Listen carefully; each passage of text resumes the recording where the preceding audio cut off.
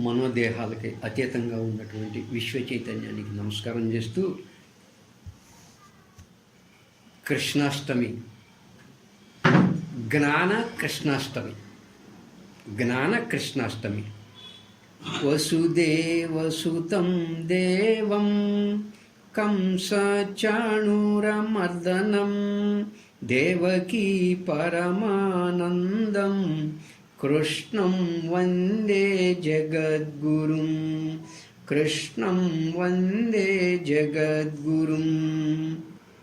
శ్రీకృష్ణాష్టమి జన్మాష్టమి అని మనం పిలుస్తూ ఉంటాం.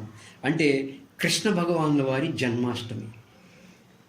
జన్మ అనేటువంటి పదం వాడటం కంటే అవతారం అనేదే మహాత్ములకు వాడాల్సి ఉంటుంది. శ్రీకృష్ణ అవతారం అంటే బాగుంటుంది. అష్టమి అంటే జన్మాష్టమి అనకుండా మహాత్ములు వాళ్ళు దేహం ధరిస్తే దాన్ని జన్మ అంటాం.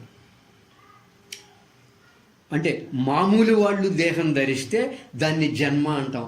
మనం కర్మలను బట్టి మన దేహం వచ్చింది.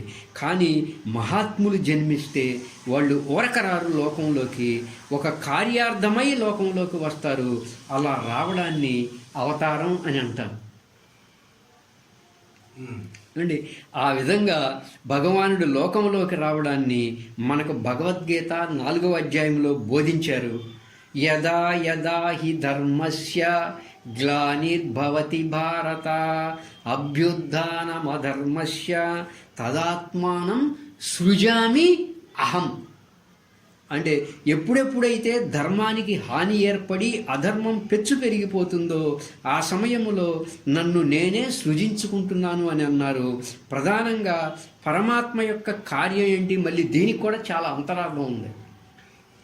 అంటే పరమాత్మ యొక్క కార్యం ఏంటి?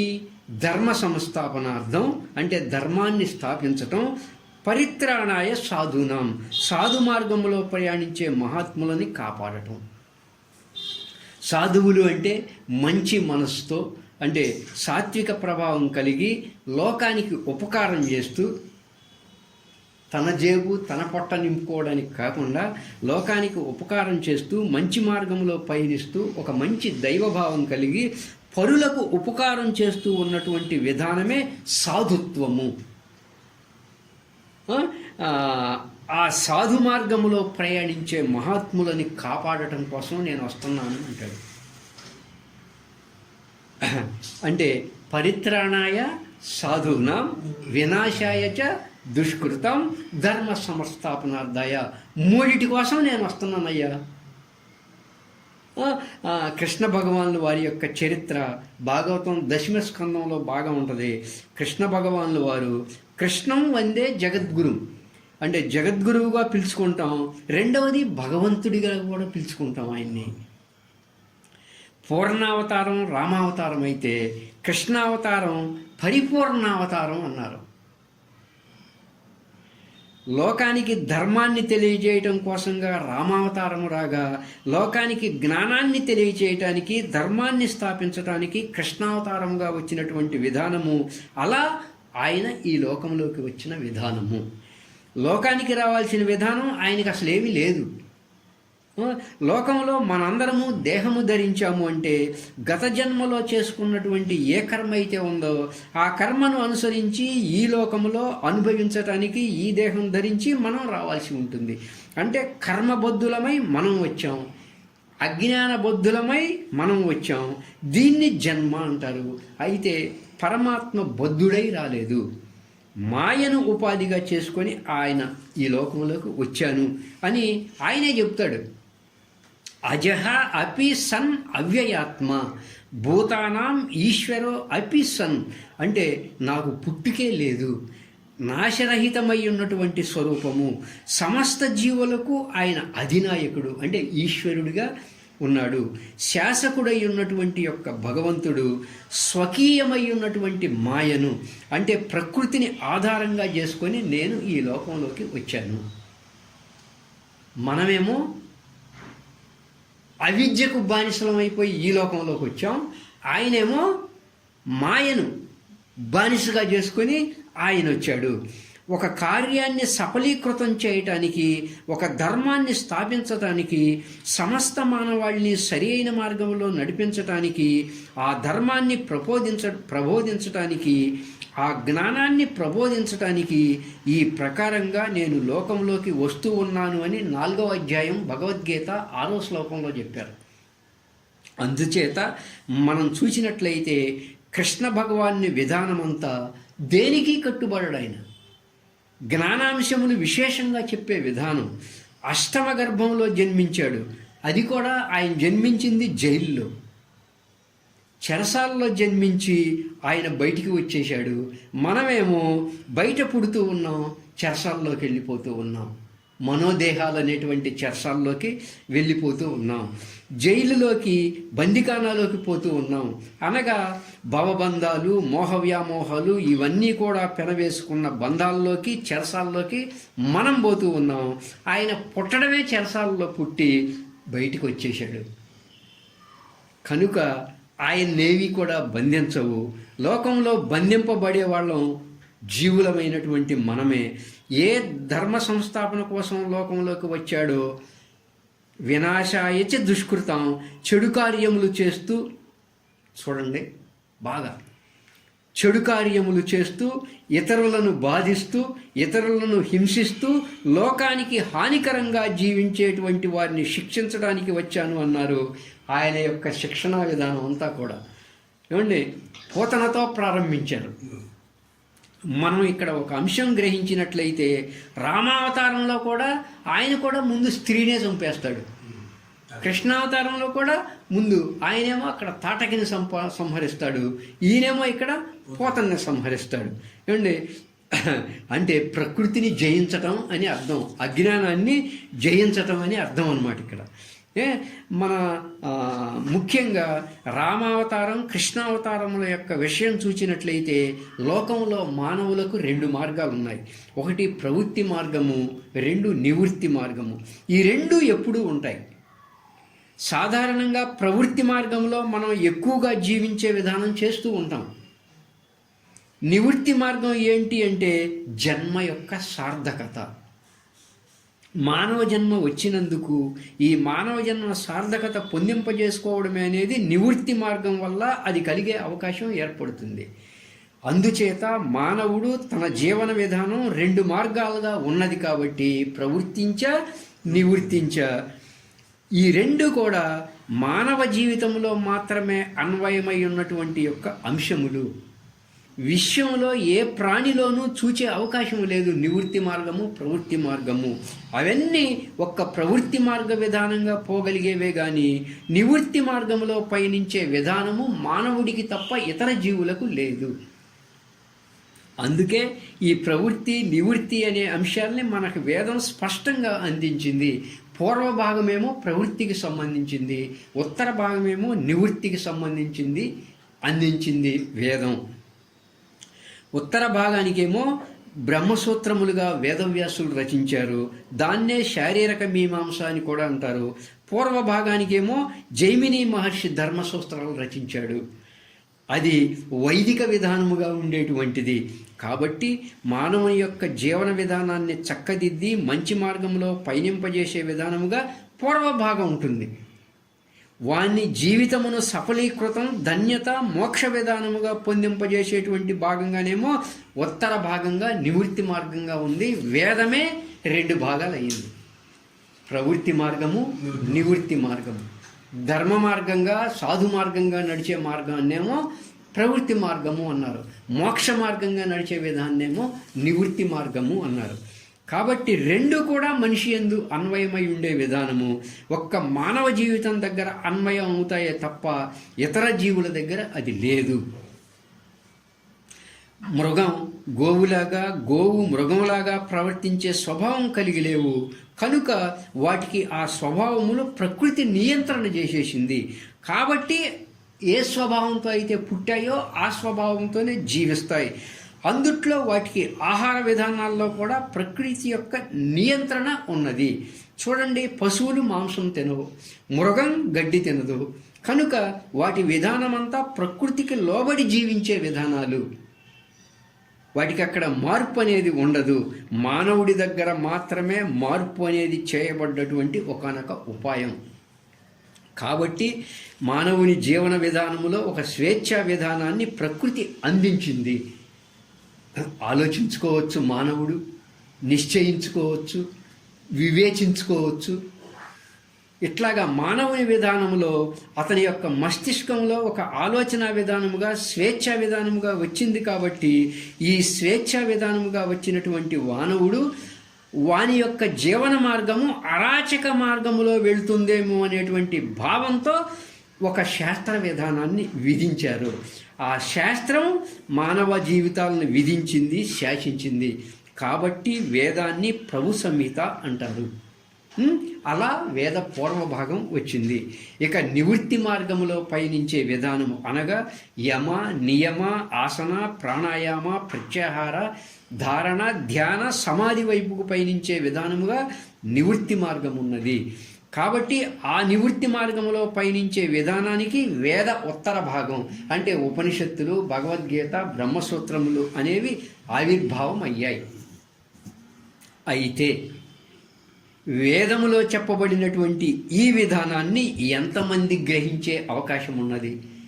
వేద పూర్వ భాగాన్ని ఎంతమంది చదివే అవకాశం ఉన్నది? వేద నివృత్తి భాగాన్ని అధ్యయనం చేసి ఆచరణలో పెట్టే విధానం ఎంతమందికి ఉన్నది? ఏమండి, వేదం వరకు పోలేరు, అంతవరకు అధ్యయనం చేయలేరు. దాంట్లో ఉన్నటువంటి జ్ఞానాన్ని అంతా అధ్యయనం చేయాలంటే కుదిరే పని కాదు. అందుకని ధార్మిక సంబంధమై ఉన్న జ్ఞానము కానీ, పూర్వభాగంలో ఉన్నటువంటి జ్ఞానము కానీ, మోక్ష సంబంధమై ఉన్నటువంటి ఉత్తర భాగంలో ఉన్నటువంటి జ్ఞానము కానీ గ్రహించాలి అంటే సాధ్యపడదు. కాబట్టి వేదం అంటే ఈశ్వర స్వరూపం, ఈశ్వర ప్రోక్తము అన్నారు. ఈశ్వర స్వరూపం కాబట్టి ఈశ్వరుడి యొక్క ఉచ్ఛ్వాస నిశ్వాసలుగా చెప్తారు వేదాన్ని. కాబట్టి ఆ వేదం అనేది ఈశ్వర శాసనంగా చెప్పిన భాగములో ఏ వేదమైతే ఒక ధర్మ మార్గాన్ని, ఒక జ్ఞాన మార్గాన్ని బోధించేవిగా ఉన్నాయో బాగా గ్రహించండి.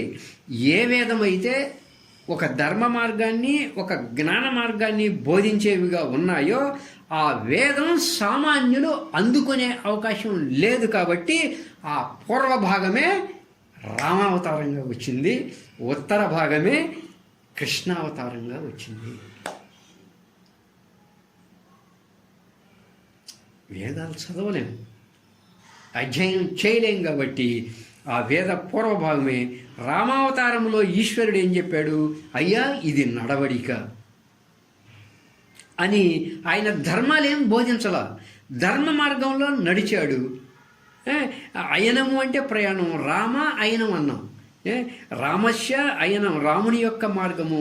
ఆయన ఏ యొక్క మార్గంలో పయనించాడో నీవు కూడా రాముని యొక్క అడుగులో అడుగు వేసుకుంటూ నడుచుకుంటూ వెళ్ళాల్సి ఉంటుంది. శాంతిగా సుఖంగా ఉండాలి అంటే కుటుంబ వ్యవస్థ ధర్మ మార్గములో పయనించినట్లయితే, రాముని మార్గములో పయనించినట్లయితే అందరూ సుఖంగా ఉండే అవకాశం ఏర్పడుతుంది. కాబట్టి వేద పూర్వ భాగములో ధార్మిక సంబంధమై ఉన్నటువంటి యొక్క వేదమగు ఈశ్వరుడే ఒక రాముని యొక్క ఆకారంగా ఈశ్వరుడే వచ్చాడు. ధర్మం చెర, ధర్మమునందు ముందు చరించే అవకాశంగా ఈశ్వరుడే రామావతారంగా వచ్చాడు.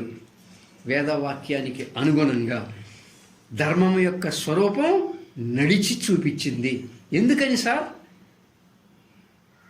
వేద పూర్వ భాగాన్ని అధ్యయనం చేసేటువంటి ఓపిక మానవుడికి ఉండదు. కాబట్టి ఆ మొత్తాన్ని కూడా ఈశ్వరుడే రాముని యొక్క అవతారంలో వచ్చి వేద పూర్వ భాగాన్ని ఆచరించి చూపించాడు. ఓకేనా?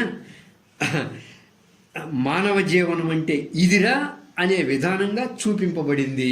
అక్కడ రాముని యొక్క అవతారం కేవలం మానవుని యొక్క స్థాయిలో ఆయన జీవించిన విధానం. అందువల్ల రాముడు నడిచిన నడతలో అందరూ పయనించాల్సి ఉంటుంది. రెండవది సత్యం వద, ధర్మం చర సత్యం వద. సత్యం అంటే త్రికాలాబాధ్యమైనటువంటి విశ్వ చైతన్య బ్రహ్మము. ఏమండి, అది భగవత్తత్వ సంబంధమై ఉన్నటువంటి యొక్క ఆ వాక్యమే కృష్ణుని యొక్క అవతారంగా వచ్చేసింది. అందువల్ల భగవంతుని యొక్క అంశంలో ఆ అవతారం కొనసాగుతుంది. గమనించండి, సత్యాన్ని చెప్పాడు ఈయన, అంతే. ఏమండి, దుర్యోధనుడు అర్జునుడు ఇద్దరూ కృష్ణ పరమాత్మ యొక్క సహాయంగా వెళ్ళారు. దుర్యోధనుడేమో శిరస్సు వైపు కూర్చున్నాడు, భక్తుడు కాబట్టి అర్జునుడు పాదాల దగ్గర కూర్చున్నాడు. కనుక పాదాల వద్ద కూర్చున్న వాడినే ముందుగా ఆయన చూచే అవకాశం ఉంటుంది. ఇద్దరినీ పలకరించాడు. మీ రాకకు కారణం ఏంటి అని అడిగాడు పరమాత్మ. అయ్యా, మాకు యుద్ధం ఆరంభమైంది కాబట్టి మీ సహాయార్థమై వచ్చాము అని తెలియజేశారు. అప్పుడు స్వామిగారు, నా సైన్యం అంతా ఒక పక్క, నేనొక్కడనే ఒక పక్క అన్నాడు. కోరుకోండి అన్నాడు.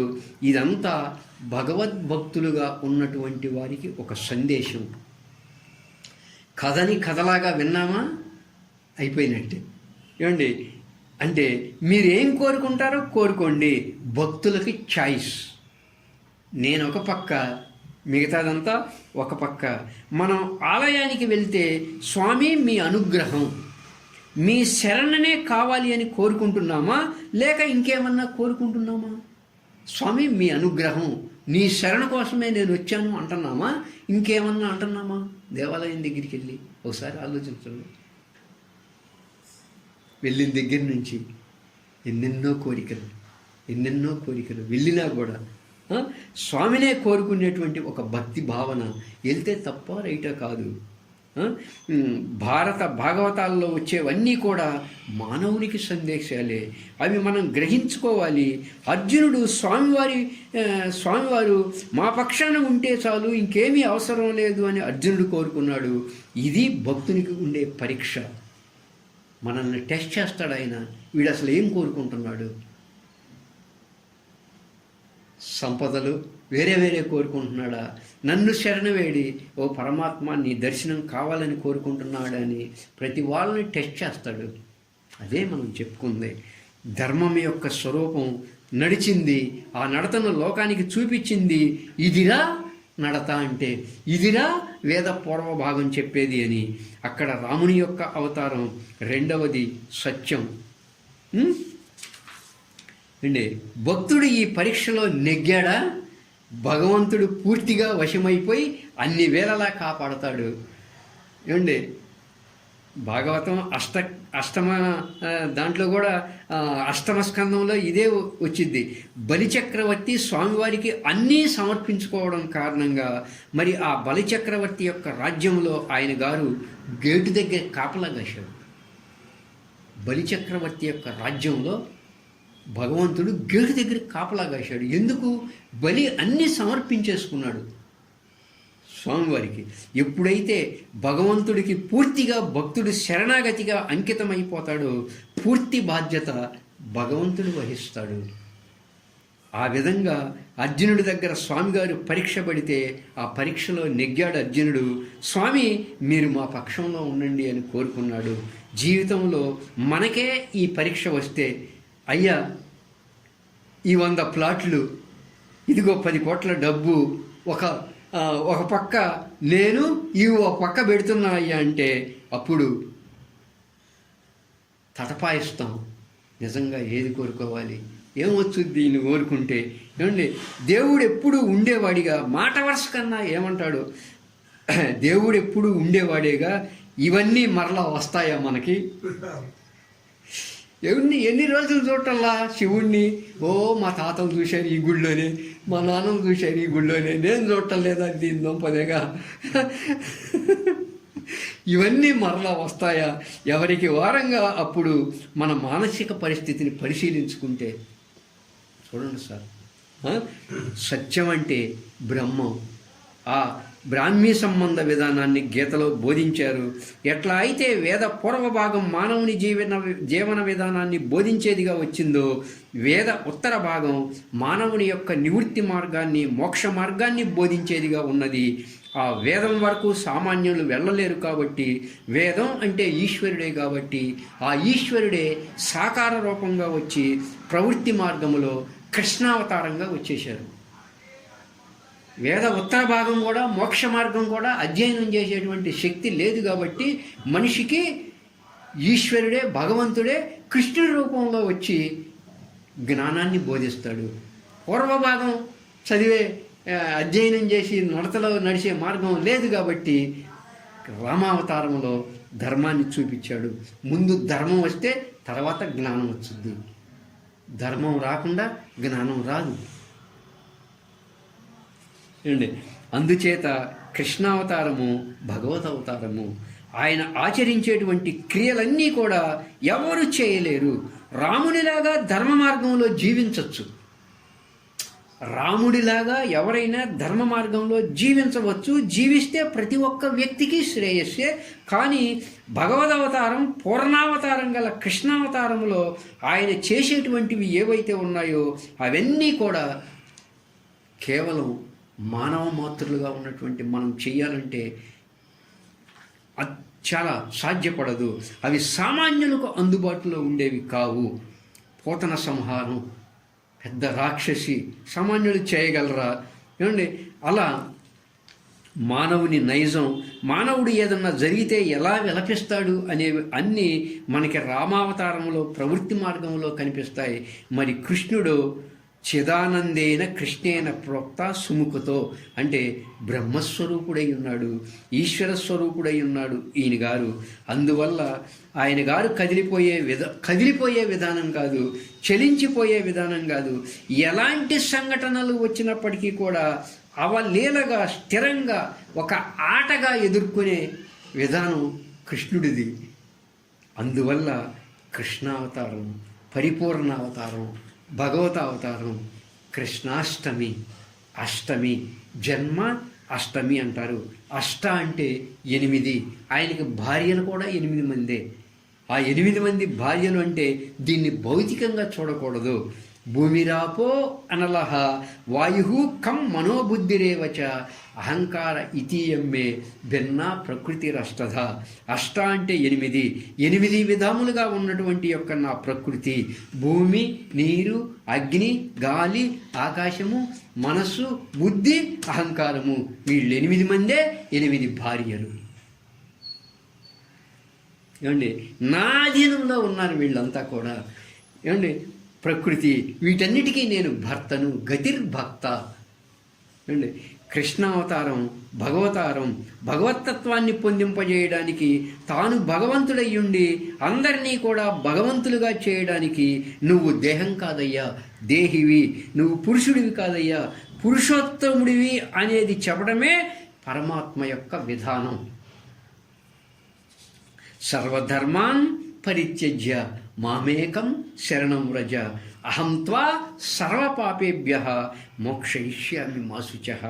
ఈ మాట మనకు రామావతారములో వేద పూర్వభాగం రాదు. ఏమండి, కృష్ణావతారములో వేద ఉత్తర భాగం నివృత్తి మార్గంగా ఉన్నటువంటి యొక్క భగవదంశంగా ఉన్నటువంటిది కాబట్టి ఈ మాట రాగలిగింది. సర్వధర్మాన్ పరిత్యజ్య మామేకం శరణం వ్రజ. నన్నే శరణు వేడావు అంటే అహం త్వా సర్వపాపేభ్యః, నేను నిన్ను సమస్త పాపముల నుంచి విడిపించి మోక్షాన్ని ప్రసాదిస్తాను. ఆ విధంగా ఉండటం అంటే ఈశ్వరుని అంశంగా ఆయన ఉన్నాడు కాబట్టి ఈశ్వర స్వరూపము. ఇంకా పైకి వెళ్తే ఆయనే బ్రహ్మస్వరూపము, ఆత్మస్వరూపము. నేను బ్రహ్మము అనే మాట కృష్ణుడే భగవద్గీతలో చెప్పారు. బ్రహ్మణో అహం ప్రతిష్ఠ అని. ఏమండి, అలా అందువల్ల చూచినట్లయితే శ్రీకృష్ణ పరమాత్మ సాక్షాత్ భగవత్ స్వరూపము. ఈశ్వరాంశగా లోకంలో వ్యవహారం చేస్తాడు, స్వరూపములో ఉండిపోతాడు. ఆ స్వరూప భావం అందరూ పొందాలి అనేటువంటి భావంతోనే స్వామిగారు భగవద్గీతలో అద్వైత బోధన మనకు బోధించారు. ఆయనది పరిపూర్ణ అవతారం. ఎందుకంటే ఆయన తన జీవన విధానములో, భౌతిక విధానములో గురువు దగ్గర పరిపూర్ణ శిష్యుడు. అంటే తల్లిదండ్రులకు పరిపూర్ణ పుత్రుడు, స్నేహితులకు పరిపూర్ణ సఖుడు, భక్తులకు పరిపూర్ణ భక్తుడు. ఏమండి, విశ్వరూపం చూపించే విధానములో పరిపూర్ణ ఈశ్వరుడు. ధ్యానబోధ జ్ఞానబోధ చేసే విషయంలో పరిపూర్ణ గురువు. గురునాం గురువు కృష్ణం వందే జగద్గురుం.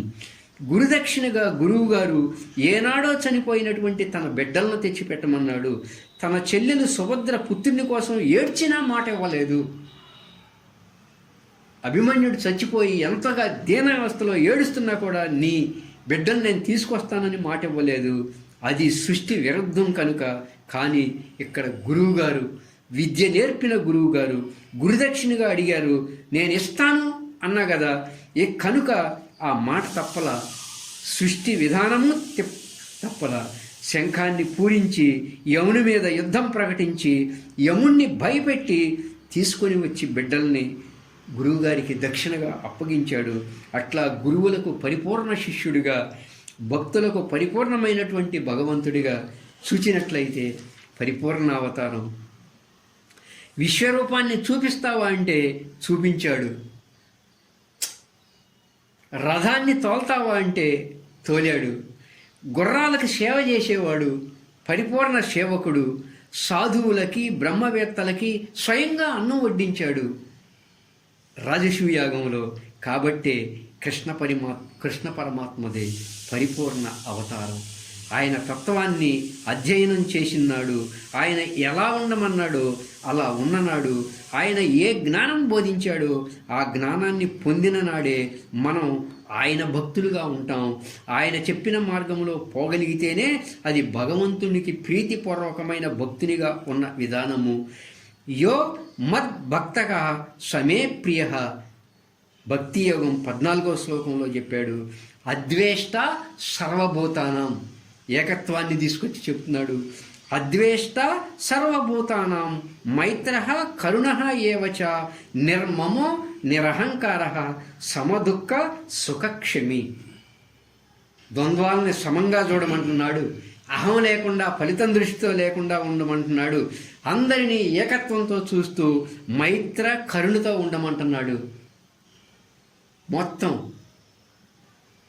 ఒక్క శ్లోకంలో అష్టావక్ర గీత మొత్తం వచ్చేస్తుంది. ఇది స్వామి చెప్పిన మాట భగవద్గీతలో. యో మద్ భక్త సమే ప్రియ. అట్టివాడెవడో అతడు నా భక్తుడు. పరమాత్మ చెప్పాలి ఫలానా వాడు నా భక్తుడు అని. నేను కృష్ణుడు భక్తుడిని అని మనం చెప్పుకోవడం కాదు. వీడు నా భక్తుడు అని ఆయన చెప్పుకోవాలి. కనుక ఆయనకి మనం భక్తుడిగా కావడానికి ఆయన చెప్పిందేదో మనం జీవితంలో ఆచరించగలిగితే పరమాత్మ కృపకు మనం పాత్రలం అవుతాం. పరమాత్మ అనుగ్రహాన్ని మనం పొందగలుగుతాం. పరమాత్మ యొక్క దివ్యత్వాన్ని మనం పొందగలుగుతాం. జీవితాన్ని పావనం చేసుకునే అవకాశము మనకు ఏర్పడుతుంది. తస్మాత్ యోగి భవార్జున. స్వామి చెప్పినట్లుగా మనం కూడా ఆ సమత్వ భావాన్ని ఏమండి, ఆ యోగ జీవితాన్ని జీవించినట్లయితే మనం కూడా జీవితంలో శాంతిని, ఆనందాన్ని, జన్మరాహిత్యాన్ని పొంది తరించే అవకాశం ఏర్పడుతుంది. అందరికీ ఆ కృష్ణ పరమాత్మ యొక్క అనుగ్రహం కలుగునుగాక అని కోరుకుంటూ కృష్ణం వందే జగద్గురు.